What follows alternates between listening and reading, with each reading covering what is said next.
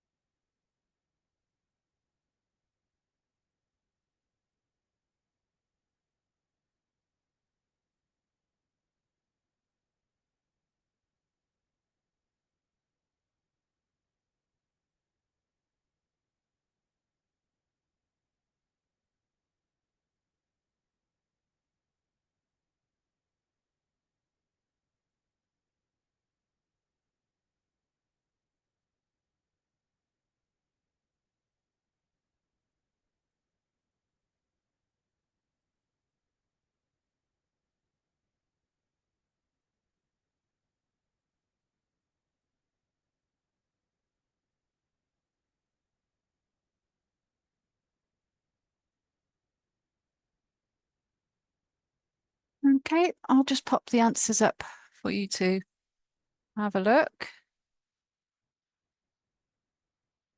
So the process goes ingestion, digestion, absorption, assimilation, and egestion. And digestion of carbohydrates begins in the mouth with the enzyme salivary amylase, which breaks down starch. Digestion of proteins begins in the stomach with the enzyme pepsin. And emulsification of lipids takes place in the small intestine with bile, which is produced in the liver, stored in the gallbladder, and released down the bile duct into the small intestine. Remember, that's increasing the surface area of the lipid so that the lipase enzymes can work on them. Okay, I'll skip past that so we can get to the next bit. So what have we done so far? We haven't had a look at osmosis yet, but we have done point number 2, looking at ingestion, digestion, absorption, assimilation, and egestion. We have had a look at the structure of the villi. We still need to look at diffusion and osmosis. We're going to do that in a minute. We've had a look at some examples of the digestive secretions like bile and their functions in the different regions of the human gut. We've also had a look at some enzymes from salivary amylase to pepsin and some of the secretions of the pancreas, trypsin, chymotrypsin as well.